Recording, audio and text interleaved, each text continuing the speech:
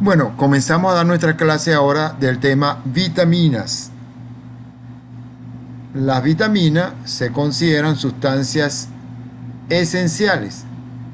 Esto significa que son sustancias que tenemos que introducirle al organismo porque no somos capaces de sintetizarlas. Eso es lo que significa el concepto de esencial. Son nutrientes orgánicos necesarios en pequeñas cantidades para una gran variedad de funciones metabólicas. Las vitaminas, en su forma activa en nuestro organismo, se denominan coenzimas o se convierten en coenzimas. Se obtienen de los alimentos y también se obtienen de los preparados de la industria alimenticia y de la industria farmacéutica. Pueden ser hidro y liposolubles dependiendo, por supuesto, de la solubilidad que tengan. Su deficiencia conduce a enfermedades y el exceso específicamente de las vitaminas liposolubles produce lo que denominamos hipervitaminosis. La vitamina A y la vitamina B fueron las primeras en ser descubiertas y por lo tanto reciben ese nombre. Después de eso, de la vitamina B, está la vitamina C, y en cuanto al complejo de las vitaminas B, pues se encuentra que son varias, pues. Y entonces tenemos la tiamina, que es la vitamina B1, la riboflavina, que es la vitamina B2, el ácido nicotínico o nicotinamida, que sería la vitamina 3, B3, el ácido pantoténico, la B5, la vitamina B6, que es la piridoxina o piridoxano o piridoxamina, la biotina, vitamina B12, que es la cobalamina, y también tenemos el ácido fólico o ácido teroil glutámico. De este complejo de vitamina B, solo la cobalamina, vitamina B12, se almacena.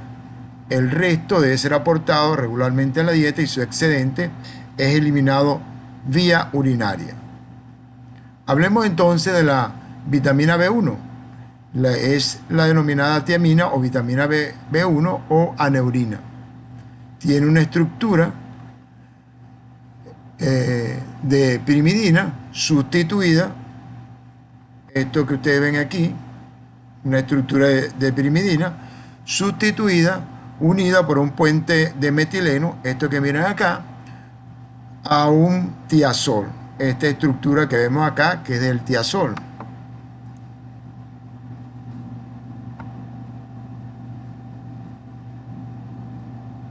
Vamos a colocar aquí, este es el tiazol. Este es el puente de metileno. El anillo tiazólico es este que está aquí, que estamos subrayando acá. Y tienen unos sustituyentes, estos que ustedes miran acá, a los cuales se puede unir el activador, que es el fosfato. En este caso, el pirofosfato. Se absorbe en el yeyuno por transporte activo saturable y se considera que es una difusión de tipo pasiva. La forma activa es el difosfato o pirofosfato de tiamina. Es sintetizado por la difosfotransferasa de tiamina, ATP dependiente, la cual está presente en el hígado, en el cerebro, pero la mayor parte de la tiamina circundante no está fosforilada. La transformación en tiamino a pirofosfato, es decir, que cuando contiene este compuesto que vemos acá, esto que miramos acá, se realiza en cada tejido, se degrada en el hígado y se elimina su excedente en la orina. La tiamina está presente en casi todos los tejidos animales y vegetales, granos de cereales no refinados y en carnes. Los requerimientos son pequeños, 1 a 1.5 miligramos por día, y depende, por supuesto, de la ingesta de carbohidratos. Si usted tiene mayor número de carbohidratos que ingiere, pues va a requerir más vitamina B1. Interviene en las reacciones enzimáticas en las cuales hay transferencias de una unidad de aldehído activado, que son de dos tipos. Una descarboxilación oxidativa de alfa-cetoácido, y los alfa-cetoácidos es como si usted tuviera un aminoácido pero sin el grupo alfa-amino, y entonces se convierte en alfa-cetoácido. Por ejemplo, el alfa-cetoglutarato que miramos acá, el piruvato, el piruvato proviene de la alanina, alfa-cetoleucina, que son igual que alfa-cetoisoleucina y alfa-cetovalina, que son los aminoácidos de cadena ramificada. Eso hace la descarboxilación de ese alfa-cetoácido. También produce reacciones de transcetolasa en la vía de las pentosas fosfato, que es una vía alterna de glucólisis para la oxidación de la glucosa. ¿Cuál es el mecanismo de acción? El difosfato de tiamina proporciona un carbón reactivo en el tiazol, formando un carbanión que puede añadirse al grupo del carbonilo del piruvato, por ejemplo, de la piruvato deshidrogenasa, del alfa-cetoglutarato o del alfa-cetoglutarato deshidrogenasa y del alfa-cetocarboxilo de aminoácidos de cadena ramificada. El compuesto formado es descarboxilado y después se elimina un CO2. Es decir, si usted tiene el alfa-cetoglutarato, que tiene el grupo, no tiene el grupo alfa-amino, sino el alfa-ceto-carboxilo, ese es eliminado y finalmente se descarboxila y se libera un CO2. La tiamina o vitamina B1 puede producir su carencia, una enfermedad denominada beriberi, provocado por dietas ricas en carbohidratos procesados, harinas, granos despulidos, arroz despulido por supuesto, y pobres en carne. Los síntomas son neuropatía periférica, o sea, dolor en el trayecto neurológico, fatiga, debilidad, anorexia, edema y degeneración muscular, neurológica y cardiovascular. Estos pacientes se presentan con cierta debilidad muscular, cardiovascular, taquicardia, etc. Y se debe básicamente a la carencia de vitamina B1. El beriberi, como tal, ya casi no se observa solamente en poblaciones de riesgo, puesto de que los alimentos vienen enriquecidos, los alimentos procesados por la industria, y hay complejos de vitaminas que se expenden libremente en la farmacia. Otra patología es la enfermedad de Wernicke, frecuente en alcohólicos crónicos que consumen poco alimento y mucho alcohol, y el alcohol se puede convertir en un derivado de carbohidratos como el como el ácido acético, pues, que va al ciclo de Krebs y produce energía, pero no produce los componentes necesarios para evitar el síndrome carencial de vitamina B1. Algunos peces contienen tiaminasa, que degradan a la tiamina. Es de poca importancia médica en humanas siempre y cuando los humanos no consuman pescado sin cocinar, o sea, pescado crudo. Si consumen pescado crudo se puede presentar esta patología. ¿Cómo se diagnostica la actividad? Bueno, determinación de la actividad de la transcetolasa eritrocitaria y la excreción urinaria de tiamina. Es más sencillo determinar la excreción urinaria de tiamina para saber si tenemos un síndrome carencial o no. También se pueden determinar hoy por hoy los niveles sanguíneos de vitamina B1 y es más fácil. Otra vitamina del complejo de la B tienen ustedes la riboflavina. Esta tiene una estructura de anillo heterocíclico de isoaloxacina unido al alcohol derivado del ribitol, que ya vamos a ver a continuación. Es un pigmento termoestable, pero se descompone irreversiblemente en presencia de la luz visible y ultravioleta. Se convierte en lumiflavina. Y aquí un comentario adicional. Si hemos encontrado, si hemos visto y hemos sido curiosos y detallistas en los frascos de vitamina, encontramos que, sobre todo la que viene en jarabe, en presentación líquida, son frascos de color ámbar, oscuros, de tal manera que cuando le pegue la luz, pues no se descomponga este compuesto de riboflavina y pueda permanecer. Entonces debe colocarse dentro de la misma cajita y son de color ámbar para evitar la degradación de esta flavina. Forma activa de esta flavina se convierte en flavin mononucleótido o flavin adeninonucleótido, que sirven como grupos prostéticos de enzimas oxidorreductoras conocidas como flavoproteínas. Entonces es la coenzima de esta flavoproteína. La fuente es la leche, es sintetizada por microorganismos y vegetales, por levaduras, hígado y riñones. Entonces nosotros podemos sintetizarlo en nuestro intestino.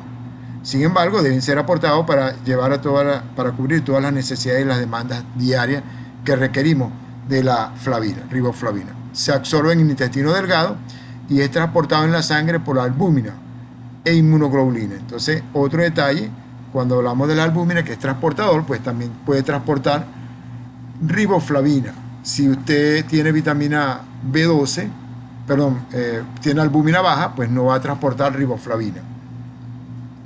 En el embarazo hay una proteína específica del transporte que lo lleva al feto, y los requerimientos son 1.3 miligramos por día, a diferencia del anterior que era 1 a 1.5, pero parecido. Aquí tienen la estructura de este nucleótido de flavina. Fíjense, entonces tiene la flavina, que es nucleótido, que es la base, con una glucosa forma el nucleócido, y luego se le pega, se le adhiere el fósforo. Entonces esto formaría pirofosfato, el nucleótido. Entonces, nucleótido de ribosa, adenina. Fíjense, entonces, formaría todo este componente, y esto es flavin, adenin, mononucleótido.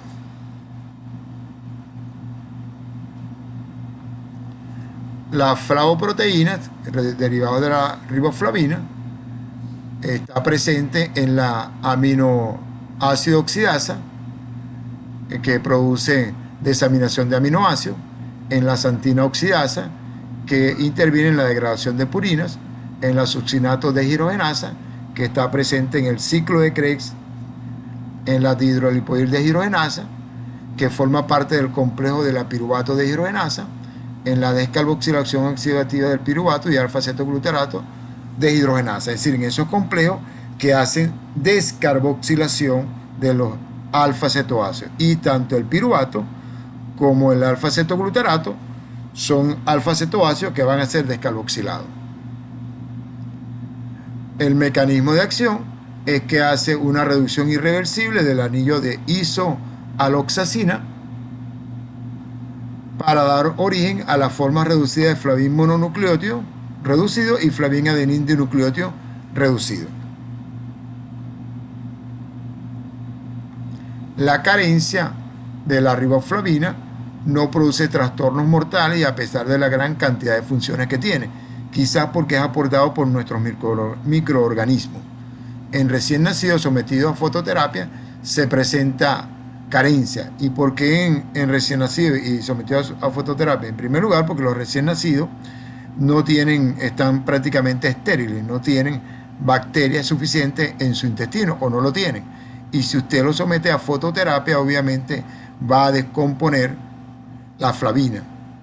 Produce estomatitis angular, eso es a nivel de los ángulos de la boca, queilosis a nivel de la lengua, y glositis, inflamación de la lengua. Produce también seborrea y fotofobia.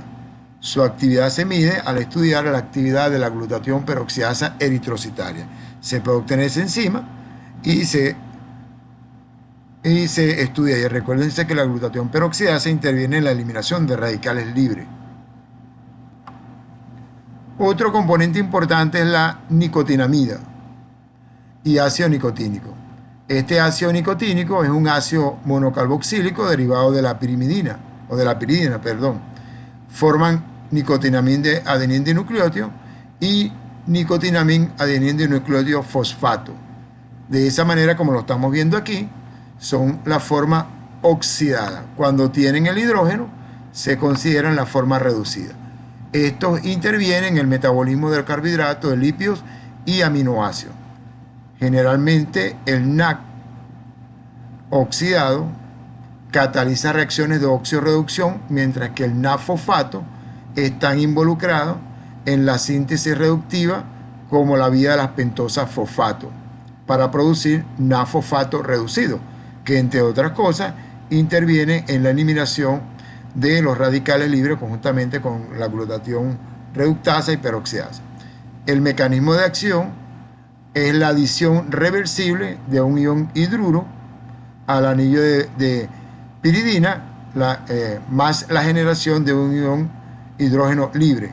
Si lo miramos acá, vean entonces que el NAC oxidado, presencia de los hidrogeniones, se convierte en NAC reducido más un hidrogenión o hidruro.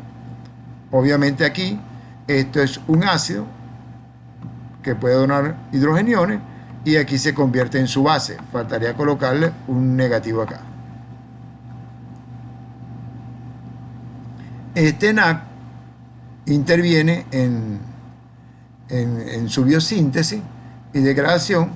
Fíjense cómo se va a sintetizar. Nosotros ingerimos ácido nicotínico y el ácido nicotínico se va a convertir finalmente en el NAC que nosotros hemos mencionado. Este compuesto que miramos acá.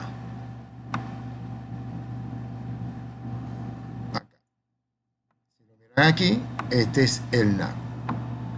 Los humanos pueden adquirir toda la niacina que requieren a partir del triptófano. Y ese dato es importante. Fíjense, la pelagra, que es un síndrome carencial del ácido nicotínico, en este caso hay una pérdida de peso, trastornos digestivos, dermatitis, depresión y demencia. Y esto se debe, entre otros casos, por la ingesta rica casi exclusivamente de maíz. Se ve en los indios mexicanos, los mayas por allá. Los aztecas, perdón, cada 60 miligramos de triptófano aportan aproximadamente 1 miligramo de niacina. El maíz contiene poca cantidad de triptófano y estos aborígenes que solamente tienen una dieta a base de maíz y no consumen otros alimentos que contengan proteínas, como el caso de carne o quesos, por ejemplo, ellos se les produce pelagra. ¿Por qué? Porque contiene, en el caso de la pelagra, hay muy poco contenido de niacina. Entonces, el maíz aporta muy poca cantidad. Dieta rica en sorgo contiene una gran cantidad de leucina que inhibe a la quinolinato fosforibosiltransferasa, enzima que es importante para convertir triptófano a NAC, a ácido nicotínico, y finalmente a nicotinamina adenina dinucleótido. El fosfato epidioxal, vitamina B6 activada, participa como cofactor en la vía de síntesis del NAC a partir de triptófano. Entonces ese dato es importante que lo tengamos en cuenta, puesto que nos va a señalar y a permitir por qué se nos está produciendo, en este caso, la pelagra. La administración de fármacos como isoniazida, que se utiliza en la tuberculosis, conlleva a secuestro del ácido nicotínico y, por supuesto, se lleva un síndrome carencial en estos casos. El síndrome carcinoide maligno, donde el triptófano se desvía para la síntesis y producción de serotonina, también produce carencia y pelagra. Entonces, hay en este síndrome carcinoide, que se da específicamente a nivel intestinal, entonces todo el triptófano se desvía a la producción de serotonina y obviamente no hay triptófano para la producción de ácido nicotínico y de NAC. En la enfermedad de Harnum, donde hay una alteración de la absorción intestinal del triptófano específicamente, también se produce pelagra. Entonces son causas de producción de pelagra y actualmente tenemos que tener en cuenta en aquellos pacientes que reciben tratamiento antituberculosis, donde se requiere la administración de niacina por un periodo no mínimo de 6 meses. Entonces hay que estar pendiente para que a estos pacientes no se les produzca la denominada pelagra. Otro elemento importante de este complejo de las vitaminas B tienen entonces el ácido pantoténico. Este ácido pantoténico, fíjense, se deriva de la unión de ácido pantoico, esto que ustedes miran acá, y la beta-alanina. Beta-alanina es un aminoácido que forma parte de este componente. Nosotros no podemos sintetizar beta-alanina, nosotros tenemos alfa aminoácido.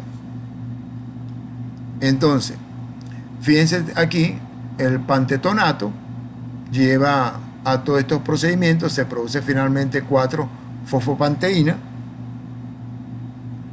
y el ácido pantoténico que nosotros tenemos, el ácido pantoico, pues lo que nosotros hemos mencionado va a formar parte de la denominada coenzima A, que es una estructura bastante compleja. Fíjense, la coenzima A es un nucleótido, tiene una base nitrogenada, tiene una ribosa y tiene un fosfato por este lado y un pirofosfato por este otro lado. Esto se une al ácido pantoico, que está unido a la beta-alanina, y dejan un grupo sulfidrilo libre. En este grupo sulfidrilo es donde se van a unir los compuestos que ellos van a activar. Por ejemplo, el acetil, cuando se pega, que es una molécula de 2 carbonos, el acetil, para activarse necesita pegarse a esta estructura, que es la coenzima A. Y entonces se produce acetilcoenzima A. La coenzima A permite activar todos aquellos componentes de cadena corta o alargada de ácidos grasos. Entonces, ácido pantoténico forma coenzima A, cuyo mecanismo de acción es que el grupo tiol, ese que nosotros vimos acá, está señalado acá, el grupo tiol actúa como acarreador de grupos acilo en la coenzima A y en la proteína acarreadora de acilos. En esos dos elementos, en la coenzima A y proteína acarreadora de acilos, ellos permiten activar estos compuestos. Otra vitamina de este complejo B es la vitamina B6. Consta de 3 derivados y sus respectivas formas fosforiladas, todas absorbidas en el intestino. ¿Cuáles son esas formas? La piridoxamina, piridoxal y piridoxamina. Y piridoxina, esta que está aquí. Piridoxina, piridoxamina y piridoxal. Son las formas activas de la vitamina, en este caso piridoxal fosfato. Esta que vemos aquí, vitamina B6. La activación de este compuesto de piridoxal o fosfato de piridoxal para que tenga la forma de coenzima activa, lo realiza la piridoxal sinasa. Aquí lo miramos, piridoxal sinasa toma a la piridoxal, le agrega un fosfato y se convierte en fosfato de piridoxal o piridoxal fosfato, que es la forma activa de la vitamina B6 y es la forma como se encuentra en la mayoría de los tejidos. El fosfato de piridoxamina también actúa como una coenzima activa en los humanos. Este piridoxal fosfato es la coenzima de varias enzimas del metabolismo de aminoácidos y es importante conocer esto. Forma una base de Schiff entre el grupo aldehído y el grupo amino de los aminoácidos. Y aquí vamos a ver las acciones que hace. Facilita cambios en 3 enlaces restantes del alfa carbono para permitir transaminar, y en este caso pues le quita el grupo alfa amino. Para descarboxilar le quita el grupo alfa carboxilo y hace una descarboxilación y una actividad de tironina, en este caso aldolasa. Entonces actúa sobre este nivel.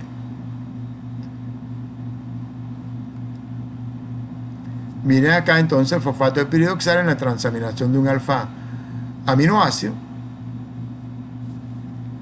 Entonces tenemos que aquí tenemos los aminoácidos que estamos hablando y estamos hablando de la piridoxal fosfato. En este caso tiene la vitamina B6 activada, piridoxal fosfato. Va a hacer la acción sobre los aminoácidos. Seguimos acá. Vean entonces, está actuando la apoenzima, que esta la apoenzima es la parte proteica del complejo enzimático, apoenzima parte proteica y su grupo prostético, en este caso la coenzima. Adhiere al aminoácido, esto que lo vemos acá,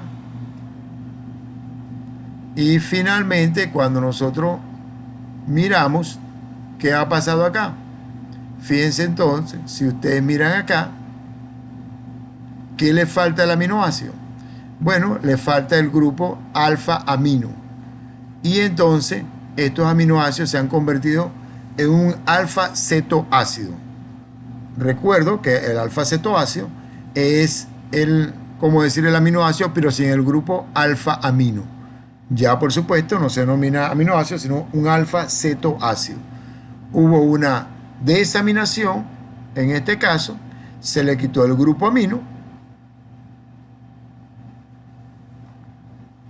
¿verdad? Se le quita el grupo amino y ese grupo amino puede ser transportado a otro componente.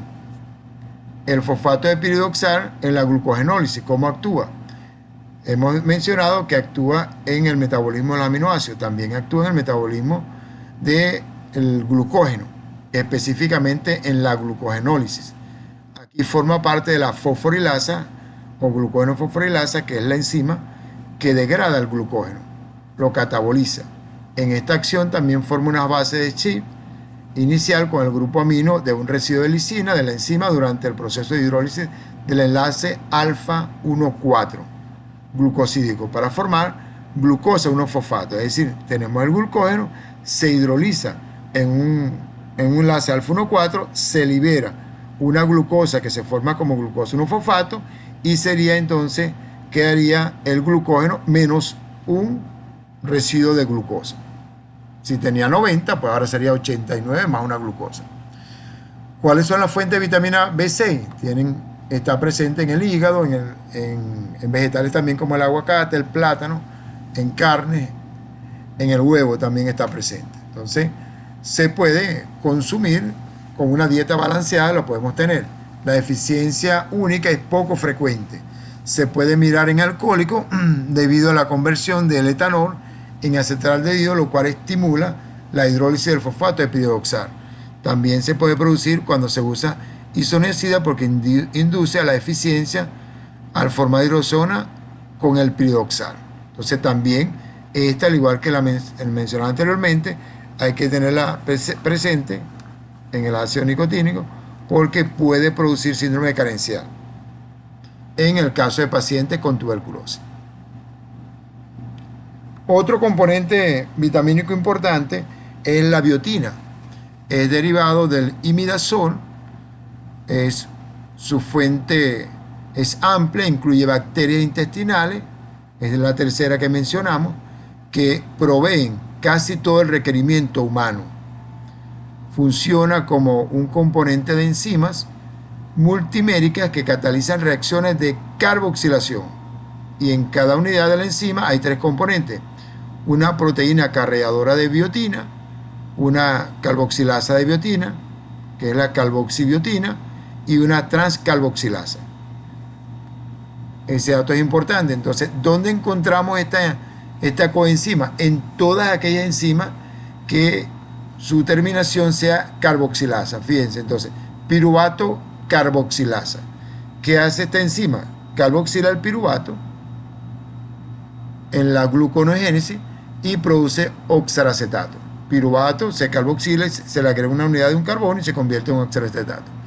En la acetilcoenzima carboxilasa, que compromete unidades de acetilo para la síntesis de ácidos grasos al formar malonilcoenzima A. Ya lo veremos en la síntesis de ácidos grasos. Él adiciona un grupo carboxilo al acetilo y lo convierte en malonilcoenzima A. En la propionilcoenzima carboxilasa, convierte propionilcoenzima A en D-metilmalonilcoenzima A en la vía de conversión de propionato a succinato de 4 carbonos, el cual puede ingresar al ciclo del ácido cítrico, específicamente cuando ingerimos ácido graso de cadena impar. El último componente de 3 carbonos, propionato, debe convertirse en un elemento de 4 carbonos y se carboxila. Se convierte entonces en succinato. Y el otro en la beta-metilcrotonilcoenzima carboxilasa, que cataboliza leucina y algunos compuestos isoprenoides. Ese dato es importante. Entonces, la biotina es la única coenzima presente en las carboxilasas, cualquiera que sean las carboxilasas. Entonces, fíjense cómo actúa. Ya hemos mencionado que tiene 3 componentes importantes. Fíjense en este caso. Vamos entonces, tenemos la biotina, por la acción de la biotina carboxilasa, va a actuar sobre los compuestos que nosotros hemos mencionado. Aquí está la activación del CO2, del ácido carbónico, en este caso el bicarbonato, pero se activa por la anhídrido carbónico fosfórica, y ese componente va a ser acarreado y colocado por la biotina carboxilasa en posición que pueda ser transferido. Entonces necesitamos la proteína acarreadora, luego actúa la biotina carboxilasa y después la proteína acarreadora de biotina. y una vez que está activada, actúa la transcarboxilasa, o en este caso piruvato carboxilasa. ¿Qué va a hacer la piruvato carboxilasa? Una vez que la biotina está activada, que contiene el grupo del ácido carbónico, perdón, del bicarbonato que se ha tomado de aquí, se activó, él se integra aquí, esto que ustedes miran acá, es llevado a cabo por la biotina carboxilasa, que requiere a la proteína cargadora, la carga. Una vez que la carga, va a actuar la piruvato carboxilasa, por ejemplo en este caso, entrega ese piruvato, al piruvato le entrega el grupo carboxilo y lo convierte en una unidad de 4 carbonos que se denomina oxalacetato. Y por supuesto la proteína cargadora vuelve a hacer su trabajo inicial de transportar a la biotina para que actúe la biotina carboxilasa y se repite el ciclo. ¿Dónde podemos encontrar deficiencia de biotina? Bueno, para los que consumen huevo crudo, algunos que son levantadores de pesa, ese tipo de cosas, y que quieren obtener proteínas especiales, según ellos, cruda, baten huevo crudo y se lo toman. Entonces ahí, en la clara de huevo, contiene una molécula que se denomina avidina, que se une estrechamente a la biotina y evita su absorción. Entonces, en estos casos se produce una deficiencia de biotina. Entonces, si quieren obtener proteína, consuman el huevo cocido y sencillamente ahí destruyen a la avidina, la cual no se va a unir a la biotina. Entonces, la ausencia de holocarboxilasa sintasa también produce eso, lo cual fija a la biotina al residuo de lisina de la proteína transportadora de biotina. Cuando eso está presente, se produce esta deficiencia. Y los síntomas que se pueden generar es depresión, mialgia, alucinaciones, dermatitis, etc. Por supuesto, hay deficiencia de actividad. No se puede sintetizar glucosa de nuevo porque la enzima piruvato carboxilasa requiere biotina, no puede usted sintetizar ácidos grasos y se va a producir una serie de alteraciones desde el punto de vista metabólico que llevan a esta carencia. Bueno,